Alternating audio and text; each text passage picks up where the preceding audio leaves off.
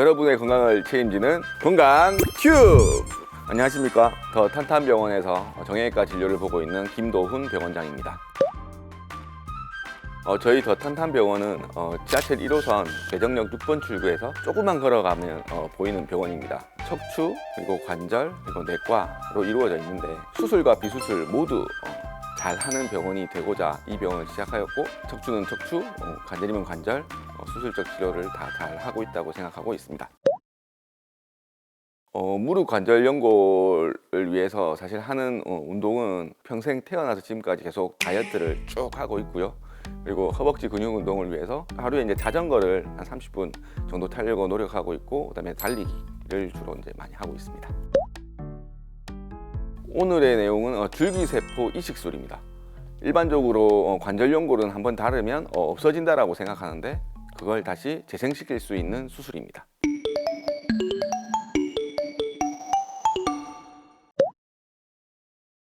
스템셀이라고 부르는 줄기세포는 미분화된 세포로 특정 세포로 분화할 수 있는 능력을 가진 세포입니다. 예를 들면 연골이라든지 뼈라든지 근육이라든지 지방이라든지 여러 조직으로 성장할 수 있는 능력을 가진 세포입니다. 안전합니다. 줄기세포 치료는 정형외과 영역에서는 무릎에만 사실 지금 할 수가 있는데요. 지금까지 수술해서 큰 문제가 생긴 적은 없습니다. 다른 관절에는 지금 안 되는 이유가 따로 있나요? 나라에서 인가를 안 내줬어요. 약 제품은 모든 임상 시험을 3상까지 하고 나라에서 이제 허가를 받아야 할 수 있거든요. 그래서 지금 이 줄기세포라는 게 정형외과에서는 지금 현재로는 무릎밖에 안 됩니다. 지금 얘기하고 있는 줄기세포란 게 결국에는 이제 탯줄에서 채취한 피에서 이제 추출한 중간엽 줄기세포인데요. 이 줄기세포가 결국에는 관절 연골로 이제 자라는 것이 결국엔 치료입니다. 연골 세포로 분화를 촉진하고, 그리고 그 과정에서 이제 염증을 또 이제 감소시키고, 그리고 기존에 있는 세포와 자라는 세포들의 사멸을 억제시키는 것이 치료의 과정이라고 볼 수 있겠습니다. 줄기세포란 게 사실 이제 크게 여러 가지로도 볼 수가 있는데, 지금 말씀드리는 이제 중간엽 세포는 근육, 뼈, 지방, 연골 이런 쪽으로 이제 성장하는 이제 줄기세포이고요. 줄기세포 주사라고 부르는 거는 이제 자기의 골수에서 채취한 이제 피에서 나오는 조혈모세포라고 부르거든요. 그러니까 조혈 줄기세포인 거예요. 피 쪽에 관련된 세포를 이제 만들어 분화할 수 있는 줄기세포인데, 무릎 관절에 연골이 손상 온 환자에 있어서 연골을 재생시킨다는 어떤 보고는 없습니다. 엄연히 그 줄기세포란 이름이 큰 카테고리에서는 사용할 수는 있겠으나, 이제 실제 관절에 이제 효과가 있는 줄기세포를 조금 더 상세하게 들여다보면 좀 완전히 다른 치료법이라고 볼 수 있겠습니다. 줄기세포 이식술에 사용되는 카티스템이라고 부르는 약품은 비급여입니다. 근데 대부분의 실비보험에 환자분들이 많이 가입되어 계신데, 카티스템도 실비보험에 다 적용이 됩니다. 이게 병원마다 좀 이제 비급여다 보니까 가격의 차이는 있지만 저희 병원은 이제 대부분의 시중가의 평균을 잡고 가격을 측정하고 있는데, 자기의 본인 부담금 정도만 부담하시다고 생각하면 그렇게 부담스러운 가격은 아닐 수 있겠습니다. 줄기세포 이식술이라는 게 어떻게 같은 말로 보면은 연골을 재생시킨 연골 재생술하고 같은 말인데요. 이 연골 재생술에 역사가 있습니다. 첫 번째는 이제 미세천공술이라는 걸로부터 시작했거든요. 또는 위치나 크기를 고려했을 때, 이 사람은 연골만 재생시키면 되겠는데, 이제 연골이 재생이 안 된다라고 일반적으로 우리가 이제 계속 생각을 해왔고, 그걸 재생시킬 수 있는 방법이 뭐가 있을까를 연구하는 과정 중에서 미세천공술이라는 게 일단 처음 시작됐거든요. 그러니까 연골이 다 닳으면 그 밑에 뼈가 드러나는데, 그 부분을 깨끗이 정리를 하고 뼈에 구멍을 뚫는 거예요. 쉽게 설명드리면 밭을 정리하고요, 거기다가 씨를 뿌리는 거예요. 근데 이제 이게 잘 자라서 연골세포가 되면 되는데, 미세천공술을 해서 보니까 한 50% 정도에서 좀 자라는 정도. 그래서 거기다 이제 거름을 주기 시작한 거예요. 그걸 덮어주는 게 처음에는 이제 콜라겐을 가지고 했어요. 콜라겐을, 동물 콜라겐을 써보기도 하고, 동종 콜라겐, 그러니까 사람의 콜라겐을 또 써보기도 하고, 자기 연골을 떼서 그걸 증식시켜서 뭐 갈비뼈 쪽에서 떼서, 또는 이전에는 무릎에서 조금 한 번 더 수술을 2번을 하면서 조금 떼서 그거를 배양을 해가지고 키워서 이식을 하기도 하고, 확률이 조금씩은 올라가지만 이게 이제 환자들의 만족도는 그렇게 높지 못했거든요. 제대열에서 추출한 중간엽 세포를 가지고 쓸 수 있는 카티스템이라는 이 상품으로 이제 수술을 해보니 임상 연구 결과로는 95%에서 이제 연골이 많이 자라요. 6개월 정도에 한번 체크를 하고 또 1년 정도의 관절경을 보면 논문의 연구 결과로는 95% 자란다고 되어 있는데, 제가 지금까지 한 수술에서는 안 자라신 분은 없습니다. 중배엽 줄기세포를 가지고 이제 할 수 있는 것은 저희 나라에서는 무릎밖에는 안 됩니다. 발목에도 사실 연골 결손으로 오시는 분들이 많거든요. 그래서 그분들한테는 지금은 이제 이 중배엽 줄기세포인 카티셈을 사용하지 못하니까 콜라겐을 가지고 이제 수술을 하면, 이제 그 발목에 연골이 벗겨지면 정리하고 미세천공술을 하고 그 위에 콜라겐을 풀같이 이제 그 조직에 붙을 수 있는 성분과 섞어서 이렇게 덮는 수술을 지금 현재 발목에는 할 수 있고요. 다른 관절들은 관절의 크기가 사실 작아서 저렇게 이제 줄기세포 이식술 또는 이제 뭐 연골 재생술을 하기에는 이제 아직은 이제 많이 시행되지 않고 있는 상태입니다. 일단 1번은 연골이 이제 자라죠. 자라겠고, 2번은 사실 연골이 벗겨져서 환자분들이 아파서 오니까요. 무릎의 통증이 감소되겠죠.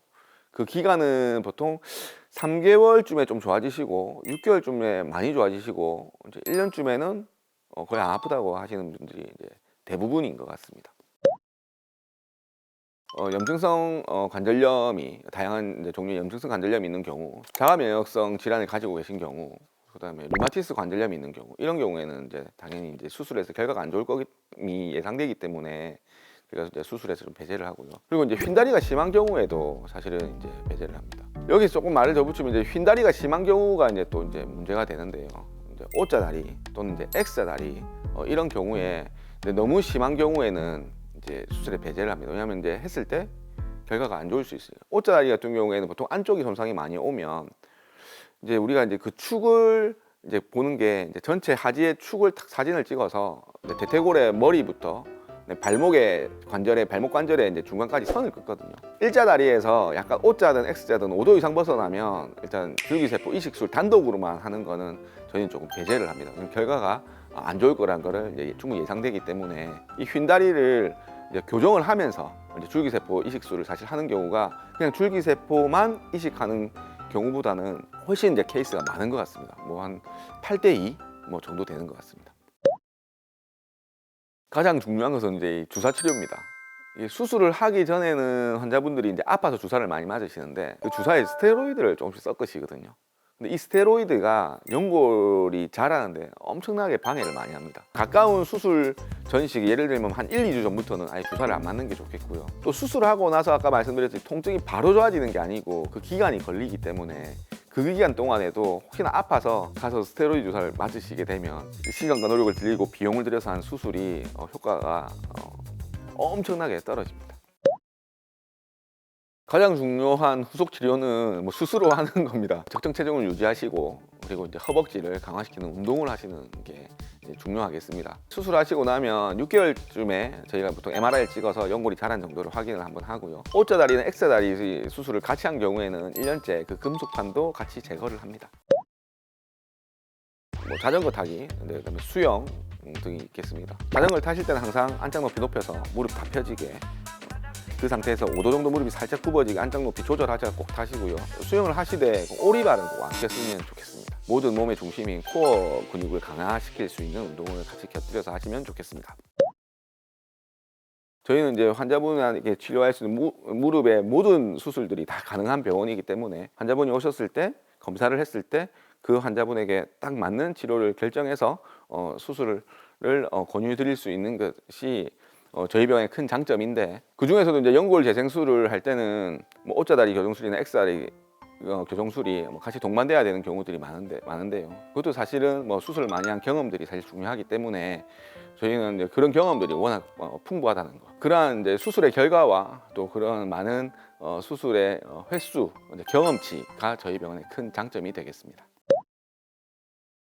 이제 O자다리가 안심해서 한쪽은 옷자다리 교정술을 안 하시고 줄기세포 이식술을 하시고요. 한쪽은 옷자다리 있으셔서 옷자다리 교정술을 하시면서 이제 줄기세포 이식술을 하신 분이 계신데 지금 이제 10여 년이 됐는데도 양쪽 다 저한테 계속 지금 오시거든요. 근데 양쪽 다 결과가 좋다, 자기 너무 만족스럽다 하시는 환자분이 계시는 게, 예전에는 사실 옷자다리 교정술을 거의 하면서 줄기세포 이식술 한다는 개념이 사실 더 컸었는데요. 옷자다리 X다리가 5도 이내인 경우에는 단독으로 시행해도 결과가 좋구나, 저 스스로는 이제 그 환자분을 보면서 해도 좋구나라는 확신이 드는 환자분이었기 때문에 조금 이제 기억이 많이 남습니다.